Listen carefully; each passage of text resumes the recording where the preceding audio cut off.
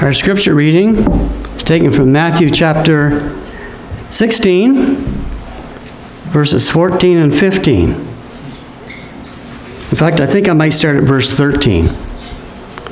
Verse 13, 14, 15.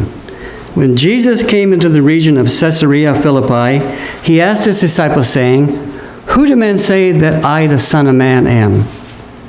So they said, "Some say John the Baptist, some say Elijah, and others Jeremiah or one of the prophets." And he said to them, "But who do you say that I am?" Simon Peter answered and said, "You are the Christ, the Son of the living God." May the Lord's blessing be upon this portion of our Holy Scriptures.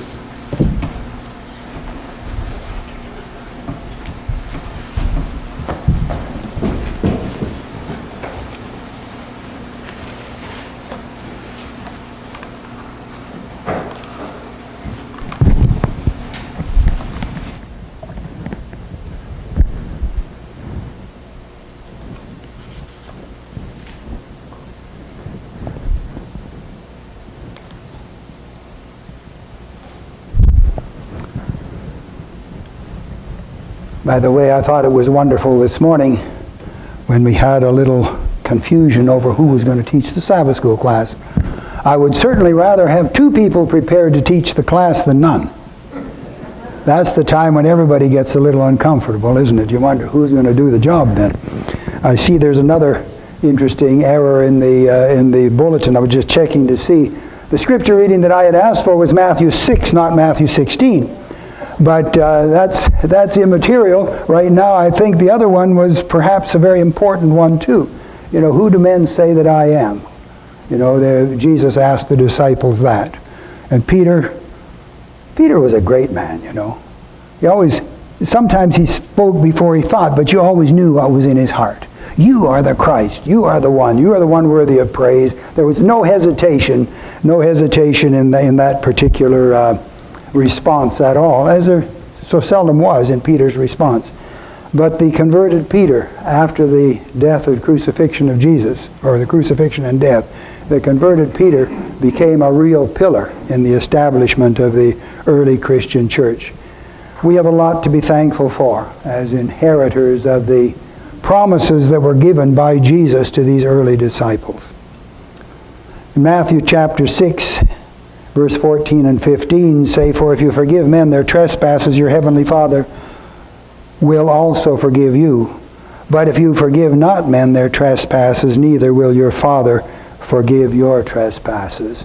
And of course, this is a follow-up to the idea in the model prayer that Jesus gave, where we're taught to pray, "Forgive us our debts as we forgive our debtors."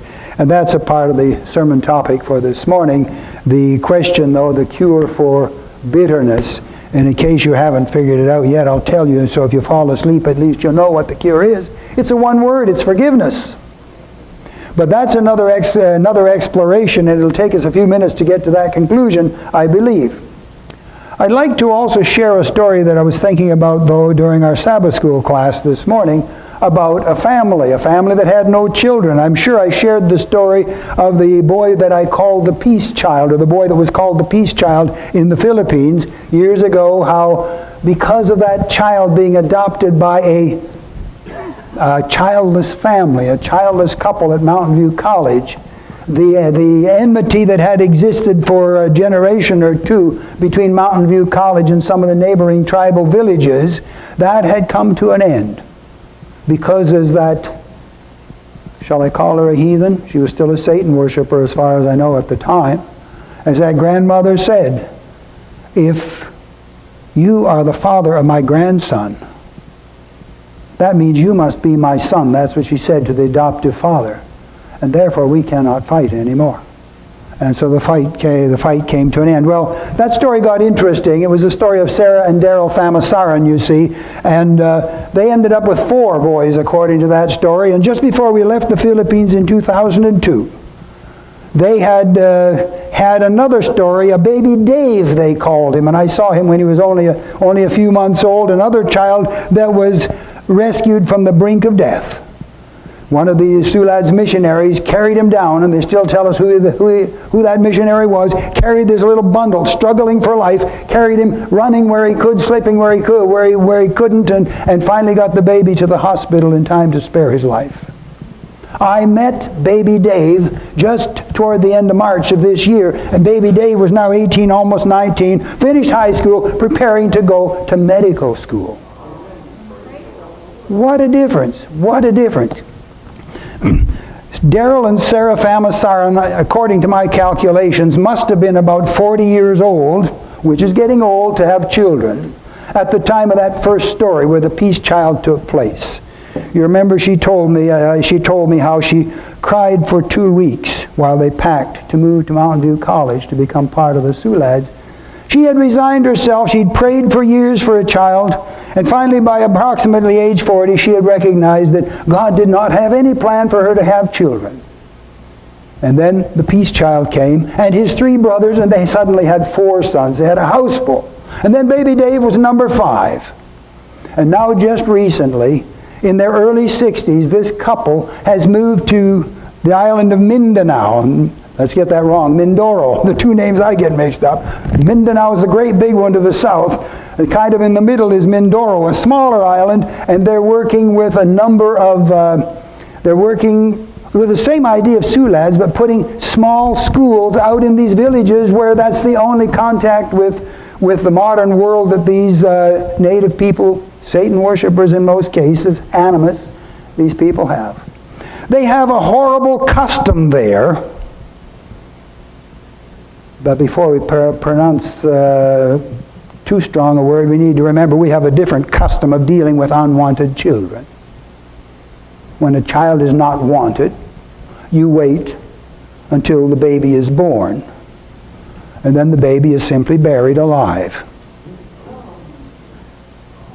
Word came to Daryl and Sarah on one particular morning that one of these Sioux lads type teachers up in the mountain said, this lady has just given birth. It's 3 o'clock in the morning. The child is scheduled to be buried at sunrise. Can we do something? Sarah had 5 sons, and she had always wanted a daughter. The child was rescued. And today, Sarah, I saw the little girl. She's gorgeous. How could anybody bury a child like that just to get rid of her? And they told me, this was in March, just the last Sunday in March, just before we left to come back home again, we met with them, and she said, and there's another one that the mother's planning to bury at sunrise as soon as she's born. They're already in line saying, don't bury it, we'll take her. And they think that one's going to be a girl too. So Sarah has 5 sons. The lady that had no children of her own, 5 sons, 1 daughter, and maybe the second daughter is there already. How God gives them the strength to do it, I don't know. I just thank God for people like that. Their dream is to establish another orphanage on the island of Mindanao. Wrong, Mindoro. They also have the property's been donated to build it. And another lady's seen what they're doing, and she's already volunteered for property on the island of Palawan. And so it is that the plan is to have perhaps 3 or 4 orphan programs for these unwanted children. Someday I'll bring a picture of that little girl. She is precious. I've got a picture of her on the cell phone. You can ask me if we sit down at dinner, I'll show you the picture. I think the mother must enjoy making a little girl look beautiful because she's dressed with a perfect little bow in her hair and a matching dress. What a gorgeous little girl she is. Almost 2 years old now. Almost 2 years old. What a beautiful child. Well, that's just a little aside. No extra charge for that little plug for the work that's going on in the Philippines. You know, we love the Philippines. I think I've mentioned here before that I've been assigned as the Gospel Outreach Regional Director for the Philippines, and that's why I spent 6 weeks there from the middle of February till the end of March, and had the blessed privilege of seeing parts of that country I've never seen before. You know, from the pirate country. Well, it wasn't really in the pirate country, but the farthest south we were in South Mindanao, they call it South Mindanao Mission. We had a military escort and a police escort, 2 to take us to one of the villages because we were getting very close to an area where there was an encounter going on. I like that word, encounter. I think the two gentlemen that were with us, we got our picture taken with them in the church. I think those two gentlemen kind of enjoyed it because it was a quiet day for them. They didn't have to do anything, just enjoyed having this time together. And it was my birthday when we were up there, and they sang happy birthday to me, and I got my picture. It was exciting to be there that day. Well, let's get to the topic of the day, the cure for bitterness. I picked up a little story on the internet again, because sometimes these stories aren't necessarily given for the purpose of illustrating a sermon, but they do a beautiful job. And the point I think is well taken. It's kind of written by somebody who'd interviewed this lady about 50 years after her experience at Auschwitz. So I'll try to read it, but if you think some things seem a little out of context the way I should be telling the story, I'll try to put them right as we go along. The first night that Eva Moses, M-O-Z-E-S, Kor, and her twin sister Miriam arrived at the Auschwitz death camp as 10-year-olds in 1944, she remembers seeing the corpses of 3 naked children on the floor of the latrine.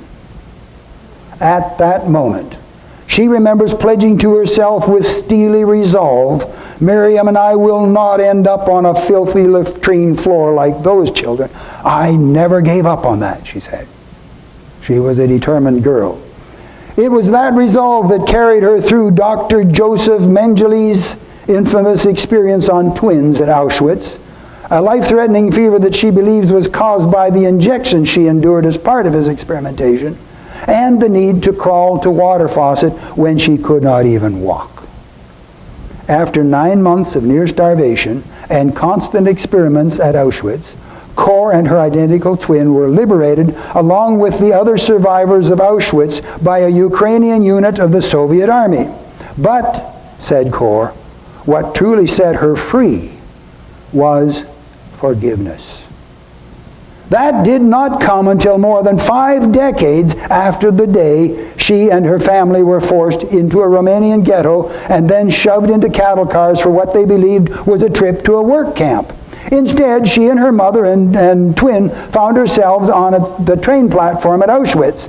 The 2 little girls in burgundy dresses attracted the attention of the Nazi guard. Twins, twins! He kept yelling and he pointed at her.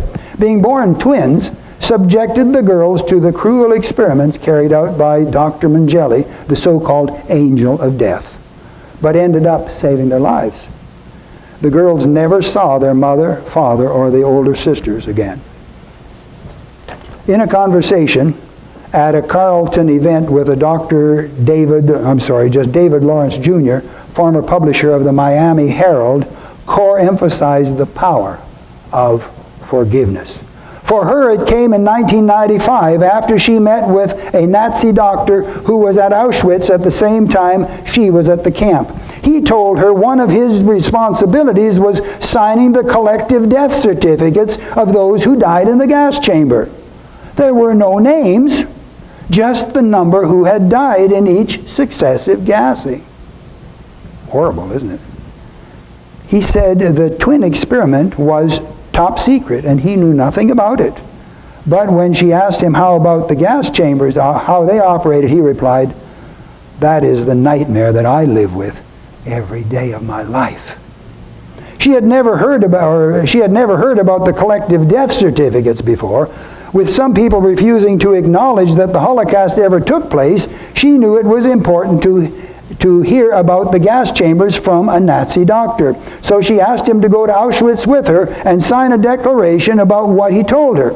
He did, and after she returned to her current home in Terre Haute, Indiana, she pondered how to thank him. For 10 months, she wondered, how do you send a thank you gift to a Nazi? And she even visited a local Hallmark store, futilely looking for an appropriate thank you card. There just wasn't one. How do you thank a Nazi? I don't know, Kor said. Then she said it popped into her head. She would write him a letter of forgiveness. After 50 years. I discovered that I had one power left in life. I could forgive the Nazis for what they did to me, she said in an interview before the event. That's before that That's an interview with that Dr. Lawrence. I could forgive them, she said. It took her 4 months to write the letter. It also prompted her to play act that she was in a room with Dr. Mengele, who died in Brazil in 1979 after escaping following the war. First, she looked up every bad word she could find in the dictionary to describe him, and then she forgave him as well. I felt such freedom, she said. I was no longer a tragic prisoner. I was free of Auschwitz, and I was free of Mengele. Forgiveness is the seed of peace. And I would like to suggest to you, forgiveness is the solution for bitterness. But she freely admits that for 5 decades her life was bitter. If I had discovered forgiveness sooner, I would have had that 50 years of my life back, she said. If I discovered forgiveness sooner. Forgiveness is the cure for bitterness. But what is bitterness? Here's a definition. It comes from a book written by my brother-in-law and sister-in-law. They were here for camp meeting 2 or 3 years ago, Dorothy and Bruce Hayward, doing some counseling sessions. Their definition is this: bitterness is what results in our heart when we have been hurt by someone else, even sometimes unintentionally. And we hang on to the hurt. Like weeds in the garden, bitterness takes over our heart. Unfortunately, we hold on to the lie planted in our hearts by Satan that it is our right to be bitter. It is our right to be bitter, after all. We were the one that was hurt.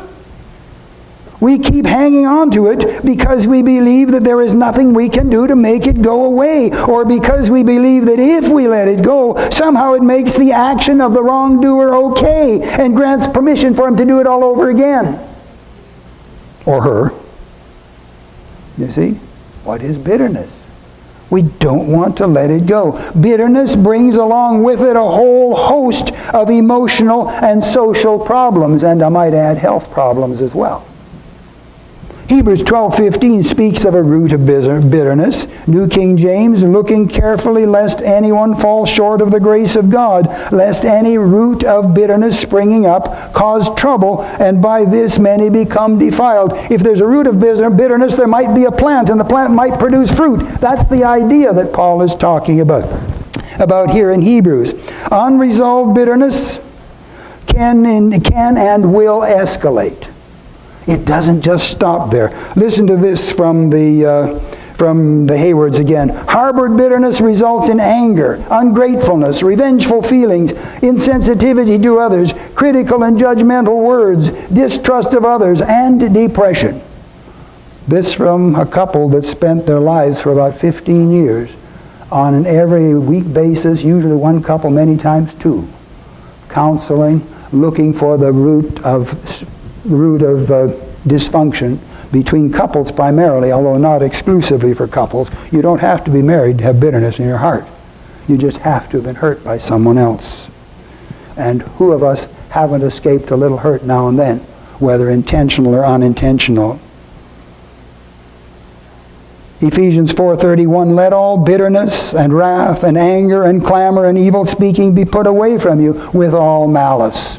Again, the idea that bitterness can grow into something bigger.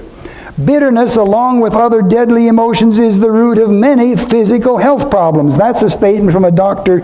Don Colbert in a book written, let's call it Deadly Emotions. Deadly Emotions. And here's from Ellen White, same idea. Sickness of the mind prevails everywhere.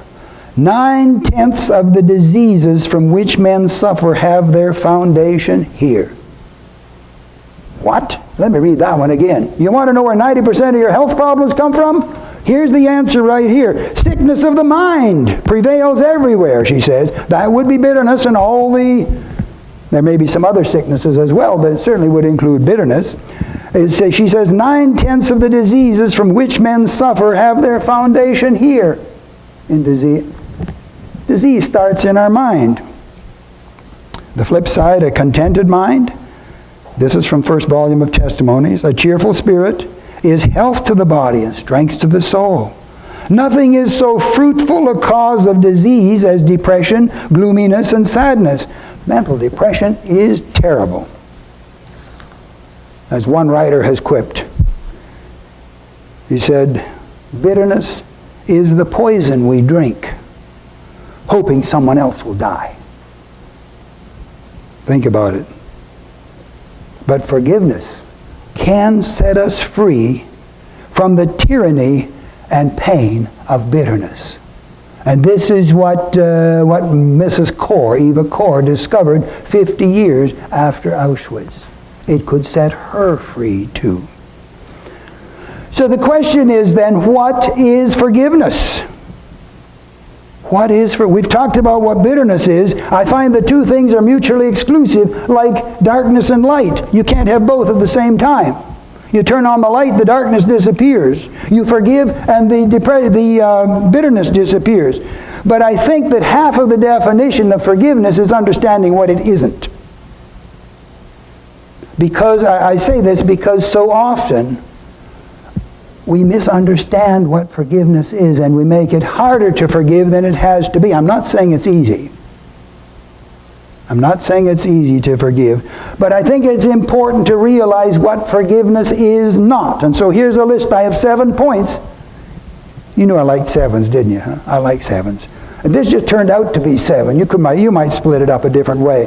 Forgiveness is not saying that what you did doesn't matter. That's number 1. It's not saying it didn't matter. School teachers, 2 schoolboys have a squabble on the yard and they get to blows. And the teacher says, break it up, and they have to break it up because the teacher's bigger than they are. Now shake hands and say it's okay. Is that forgiveness? No, that's not forgiveness. Forgiveness is not saying that it's okay. It's not saying that it didn't hurt.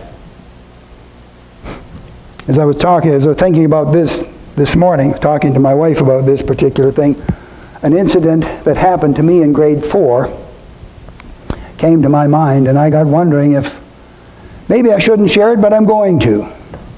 They have in the boys' bathroom these tall things that the ladies used to call upright bathtubs. They're urinals is what they are.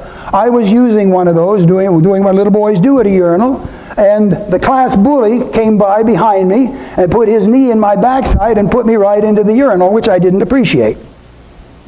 So as quickly as I could, I put myself together and chased him down the hall. And as he entered the classroom door where the homeroom teacher was, that was going to be his sanctuary defense. By the way, he outweighed me by 30 pounds. I was probably 60. He was about 90 in grade 4. I don't know why I was chasing him. I don't know what I could have done with him if I'd have caught him, but I was angry. Well, just as he entered the door of the classroom, he pulled the door shut behind him. I hit the corner of the door. I have a scar on my eyebrow yet. The eye swollen up. I was knocked out cold. When I finally came to, the teacher told me that my mother had already been contacted to come and take me home. But she scolded me for chasing that boy down the hall. You're not supposed to run in the hall, don't you know? But how do you talk about something like that to the teacher to explain what happened? So I suppose as I looked at that story, maybe there's still some forgiving I need to do. I liked the teacher. That was grade 4. I had the same teacher 5 years in a row all the way through grade 8.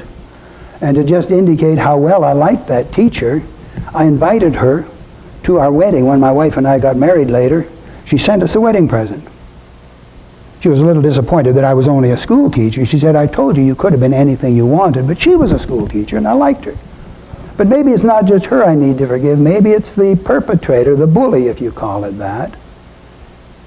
But that's a question for me to think about, but it just shows how something can be in the back of your mind for a long time, and you really don't realize that there could be there. It's not saying it didn't hurt if I forgive this guy. It's not saying what he did was right. And it's not saying that there are not and will not continue to be consequences. Just a moment. Forgiveness doesn't mean that I absolve you from any possible consequences. That's not what forgiveness is about.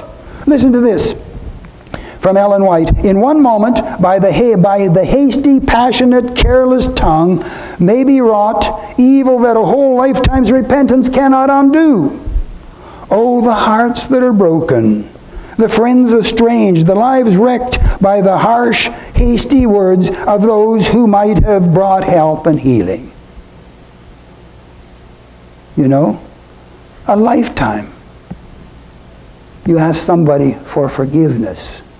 You just had a car accident and you were the one that was at fault to make it worse. And the person in the oncoming car who was the innocent party, their little daughter has just been killed in the accident. You can ask forgiveness. And if they choose to forgive, we can't change the consequences, can we? Forgiveness is not saying that there won't be consequences. When a woman takes off on her husband and has an affair and comes back and asks for forgiveness, he can grant forgiveness, but that doesn't mean there's going to be a restored relationship. That's taking grace to the next step, if there's going to be a restored relationship. That's another thing. What else is going on to number 5? Forgiveness is not deserved and it cannot be earned. Forgiveness is not deserved. It cannot be earned. You know, just give me 6 months, I'll make it up to you. It doesn't work. It doesn't work. By the way, there's one thing that can be earned. That's trust. Trust can be earned. Indeed, trust is a product of a track record of doing what's expected. You know, I think we can trust each other pretty well now. We know each other in a lot of ways. I feel like I can trust this congregation to say things here that I might not say if I were standing in front of a public audience some other place. Forgiveness is not free. That's number 6 on my list of 7. And I think that was an inspiration to realize that forgiveness is costly. It costs the one who forgives something to be able to forgive. It can be extremely expensive. And number 7, forgiveness is not easy to do. Wow, that's an understatement. Forgiveness is not easy to do. Indeed, humanly speaking, I believe forgiveness is impossible. Just like faith is a gift from God, the ability to forgive is also a gift from God. So forgiveness is, and here I've rewritten all my notes with pencil. Forgiveness is, where's number 1? Firstly, it's a Christian duty. In Ephesians 4, verse 32, Paul says, "And be ye kind one to another, tender-hearted, forgiving one another, even as God for Christ's sake has forgiven you." Secondly, forgiveness is a choice that is made. Wow. It's not a feeling. It's not based on a feeling that we have, because if you wait till you feel like you are going to forgive, you'll never forgive. If you wait till you feel you have a forgiving spirit, it won't happen. But it's a choice that we make. It is my choice to release the offender from my perceived right to judge him. It is my choice to release him from my perceived right for revenge. I want to get back. I've told the story, I think, here about Pastor Erickson. Well, he wasn't the center of the story. He told the story at summer camp at Canmore, Alberta. A number of years ago. I was still single at the time, so that means it had to be a while ago. He was telling of an experience just 2 or 3 years prior to that, probably back in the early 1960s. Summer camp, junior camp for the Adventist Church was in Canmore. The Banff Hot Springs was only half an hour drive or so away. And so on a certain afternoon, they'd put all the kids in cars and drive them to go swimming in the hot springs or whichever place it was. And along the highway, where the signs say "Do not feed the bears," there was a line of cars parked. And so the carload that Pastor Erickson was in stopped along the side of the road, and there was a bear rooting around at something down in the ditch. Well, Pastor Erickson got excited. He got out his camera, ran around the car to the passenger side, and had the camera looking like this, focused at the bear. And just then the bear looked up and started looking at him. And Pastor Erickson got excited. He was a good photographer. I don't think he had a zoom lens. But the bear was moving toward him, and it was starting to fill the viewfinder. And this was going to be the best picture of the bunch. Just as he clicked the camera, he looked, and here beside him was a little 10-year-old boy. I don't know what the boy's name was. Let's call him Johnny. And Johnny had his hand out for the bear like this. Well, you know what a bear expects when you got your hand out. And of course, that's the reason that the bear was moving toward Pastor Erickson, because Johnny was just behind him. And the bear reached out, and when there was nothing in the hand, you know what the bear did? Whomp! right on that kid's hand. Apparently no scratch marks, you know. And that kid got mad. And that kid made a fist and popped the bear right in the nose. And the bear gave a snort and jumped back briefly. And about that time, Pastor Erickson recognized the danger of the situation. He grabbed the kid, shoved him in the car, and they drove off, leaving a rather surprised bear. And I guess the driver was rather surprised too. Finally, when the pulse slowed down a little bit and common sense could prevail somewhat, Pastor Erickson looked at the little guy and said, "What did you think you were doing hitting that bear in the nose? Don't you realize that bear could have killed you?" "Well, he hit me first." Isn't that the attitude? We think we've got to have revenge. We've got to even up the score. But forgiveness says we don't have to even up the score. Dear me, that's. I heard Elder Erickson tell that story, and I thought it was a thrilling story. It was a fantastic time. But forgiveness is my choice to accept the pain and consequences of the negative action of the perpetrator, and I pay the costs. And then I choose to take my pain to Jesus for healing. That's really what forgiveness is. It's a choice to allow God, the righteous judge, to deal with the offender as He may see fit and as He deals with me. Oh, when I put that as He deals with me. If I look at the things that God has already forgiven in my past, suddenly I say, wow, maybe I need to be forgiven, you know. That's what forgiveness is about. Well, thirdly, forgiveness is and must be reflexive. We must be open to granting it in order to receive it. Jesus taught us to pray and forgive us our debts as we forgive our debtors. And then in the scripture reading he said, because if you don't forgive men their trespasses, your heavenly Father will not. If you forgive them, God will forgive you. If you don't forgive, God won't be able to forgive you. By the way, I don't believe that that's an arbitrary thing on God's part. That is natural law. You see, I have one heart. And the heart, we're learning in modern research is showing that our heart is much more involved with our emotions than our brains are. There is what they call the heart brain as well. There's a bundle of neurons right on the heart that are very much involved with our emotions. And when Jesus says, give me your heart, it's because He wants your heart as well as your brain. He wants your heart. But I have only one heart. And that heart cannot be open to receive God's forgiveness and at the same time closed, withholding forgiveness from my fellow men. Either my heart is open to forgiveness both ways, or it's closed against forgiveness both ways. There's no middle ground. And so when Jesus said, if you don't forgive men their trespasses, God won't forgive you, He's simply stating an impossibility. You're the one that's preventing it. It's not God's choice. I'd like to point out one thing, though, that forgiveness can be made easier. Remember I said it wasn't easy. But it can be made easier. Well, as we just said, by recognizing our own need for forgiveness. And recognizing that sometimes I too do things like that. You know, when somebody crowds in ahead of you in traffic, I'm the only one that does that, get upset. And then I think, you know, I've done the same thing myself sometimes. That makes it easier, you know, recognizing that I too am human. The other thing, though, that I think can really help is what I call making excuses. We tend to be very judgmental, and by the way, judgmental seems to be a characteristic of an unforgiven heart. Ooh.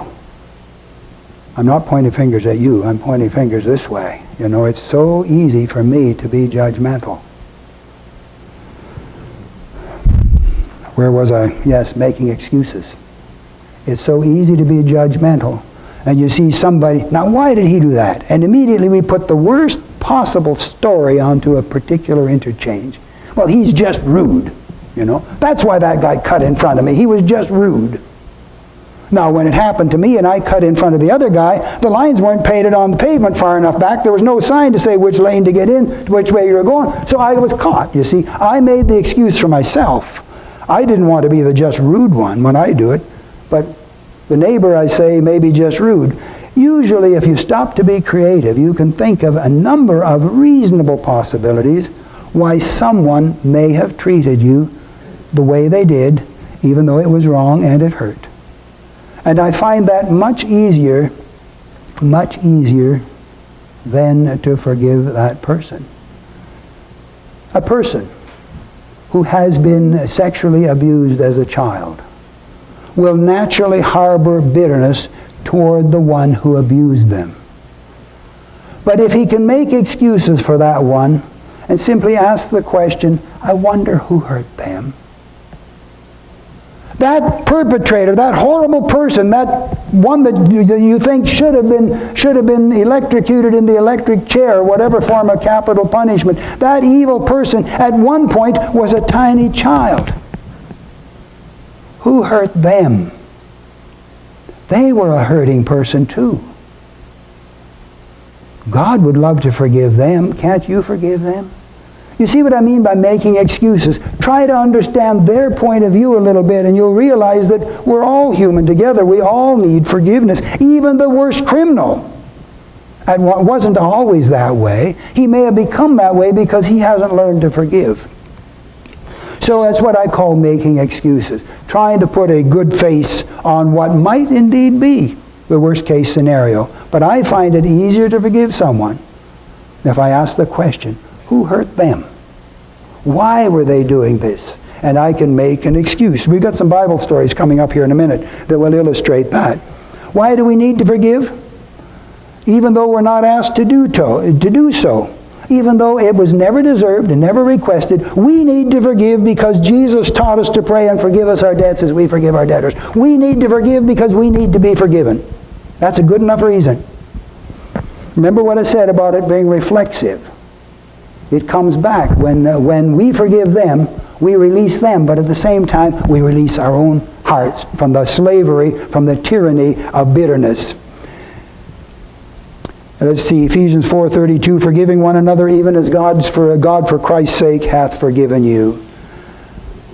I think we also need to forgive because it is a characteristic of God. Remember, God said to Moses, he said, well, the Lord passed before him and proclaimed the Lord God, merciful and gracious, long-suffering and abundant in goodness and truth, keeping mercy for thousands, forgiving iniquity and transgression and sin, and that will by no means clear the guilty. It's a characteristic of God. It's God's grace in action. In freeing the wrongdoer, we set ourselves free. As Eva Kor discovered when after 50 years she was finally able to forgive the Nazis and Dr. Mengele for what they had done to her. She said, I was no longer a tragic prisoner. I was free of Auschwitz. I was free of Mengele. I forgave him. I didn't have to deal with him. He couldn't hold me hostage any longer. So forgiveness is reflexive. Bible stories. Story of the prodigal son. You know the story. And he came to himself. This son who had probably badgered his father. I can't imagine the father getting up. Everything was perfectly normal one Tuesday afternoon or Tuesday morning. And by Tuesday afternoon he'd signed half of the family estate over to the son. He would probably badgered him for months and maybe years. This was not the world's best kid. Takes off and spends it with harlots and comes back stinking like the pig pen. And the father, what does he do? Well, it says, but the father, where is it? And the son said to the father, I have sinned against heaven and against thy sight, and am no worthy to be called thy son. I missed the part. Verse 20. This is Luke 15, verse 20. And he arose and came to his father, but when he was a great way off, his father saw him and had compassion on him, and ran and fell on his neck and kissed him. The father forgave, but the father went one step farther. Remember what I said about there not being any consequences, or the consequences?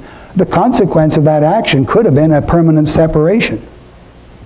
But the father went farther, and I think this is maybe what God is trying to tell. There's more than forgiveness going on here. There's a restored relationship. Forgiveness is a prerequisite to a restored relationship, but it's not the same thing. I think of the story of that black lady in Africa after the Tutsis and all this were at war. She found the perpetrator that had killed her husband and the rest of her family in the church. She forgave him, and when he was released, she took him into her home and treated him as her son. And that's a restored relationship, let me tell you. That's going the second mile. That's grace taken to the extreme level. Next story that I'd like to refer to is the story of Joseph. I love this story. I sit on the edge of my chair every time I read it, the way it's recorded in the Bible. Not the part where he's sold into slavery, not the part where Potiphar's wife paints him into a corner and gets him thrown in jail. But the point where the brothers begin to come back because of the famine. God is perhaps using the famine to bring the family back together again. And when Joseph finally, after a number of tests, and I imagine he had a hard time holding himself. Well, it says a couple times he had to withdraw himself from the presence of his brothers and regain his composure before he could go back out to finish the meeting. But this particular time, this is really, Joseph said unto his brethren, Joseph, this was the one that was sold into slavery. If anybody had a reason to say, I don't have to forgive you, it was Joseph. They'd done him dirty. They'd done him to death, really. That was their intention, to get rid of him permanently. And they even told the lie to their father you know the horrible story. But I want you to listen to this. When finally Joseph was ready, he shouted to all the other court officials, leave me, leave me, leave me. I want to be alone with these men now. And everybody leaves. And who's there? 11 brothers. 11 brothers. And then it says, and Joseph said to his brethren, I am Joseph. Huh? Can you picture them? They didn't, this was like they say a wild card from out in left field somewhere. This wasn't what they had expected at all. I am Joseph? Doth my father yet live? And his brethren could not answer him. Why? For they were troubled at his presence. Wouldn't you have been worried under those circumstances? Now is the chance to get revenge. But listen to what he does. And Joseph said to his brother, come near to me, I pray you. What's he doing? Isn't that forgiveness? But he's going the second mile. He wants a restored relationship. And they came near and he said, I am Joseph, your brother, whom you sold into Egypt. Yes, I'm he. But there's no hatred. There's no desire for revenge. The slate is clean. I've forgiven you. That's what the story is saying. I have forgiven you. And Joseph said to his brethren, come near to me, I pray you. And they came near, and he said, I'm Joseph, your brother, whom you sold into Egypt.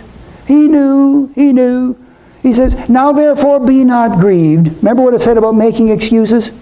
This is the classic example of an excuse. Be not grieved, nor angry with yourselves that you sold me hither. For God did send me before you to preserve life. Come on. Put the best possible face on the outcome, and that makes the forgiveness possible. And that forgiveness makes a restored relationship possible. Oh, the story when Joseph sends his brothers, go get father and the family and the herds and all the servants. Come and live here with me. That grand homecoming, the picture of Jacob being reunited with his son Joseph. Wow. Israel was his name by then. What a story of forgiveness. One more story. The Bible record says about Jesus, and when they were come to the place which is called Calvary, there they crucified him. And the malefactors, one on the right hand and the other on the left, and said to Jesus, then said Jesus, Father, forgive them, for they know not what they do. Jesus is making an excuse, if you please. Now maybe these guys didn't know, but the guys that hired the soldiers sure knew what they were doing, and Jesus' forgiveness extended to them. Jesus chose to release the offenders from his own judgment. In opting for forgiveness, it was his choice not to seek revenge. Indeed, any such choice is a bit ungodlike, isn't it? God is never revengeful. Even in the final destruction of the wicked, God is not revengeful. Jesus chose to accept the pain and consequences of the actions of his scheming, lying accusers, and of those whose duty it was to carry out the sentence that these men had unjustly done. He would pay the cost. He would go to Calvary. He would endure such contradiction of sinners against himself. Jesus chose to allow God, the righteous judge, to deal with his tormentors as he should see fit, and forgive them just as he forgives you and me. Jesus chose the path of grace, because although justice demanded payment of an impossibly huge sum, he begged for their forgiveness. And he made an excuse because they don't know what they're doing. And that, to a certain degree, applied even to the priests and rulers. They didn't realize that they were pawns in the hand of the supernatural underworld. Not entirely. They'd sold themselves that way. And so Jesus was able to forgive. Here's the question for us today. Is there someone that you may need to forgive? Maybe I need to forgive Wayne, the guy I was telling you about in grade 4. Perhaps it is your duty. Maybe it's my duty to forgive. Like Eva Kor, do you need the freedom from the tyranny of bitterness that only forgiveness can bring to you? Remember Paul's counsel, be ye kind one to another, tender-hearted, forgiving one another, even as God for Christ's sake has forgiven you. Might it be possible? Here's a second thought question. Might it be possible to actually hasten the second coming of Jesus if we would be more forgiving? 9th volume of Testimonies, page 189. After his resurrection, Christ ascended to heaven, and he is today presenting our needs to the Father. I've graven thee upon the palms of my hand, he says. It costs something to engrave them there. That's our names. It cost untold agony. If we would humble ourselves before God and be kind and courteous and tender-hearted and pitiful, there would be 100 conversions to the truth, where now there is only one. Forgiveness is one of the things that we need to learn and to be able to practice. I just pray that God will help us to implement this in our daily lives, in our relations with our friends, and even with our enemies and tormentors. Our closing song, I understand, is a new one for some of you. And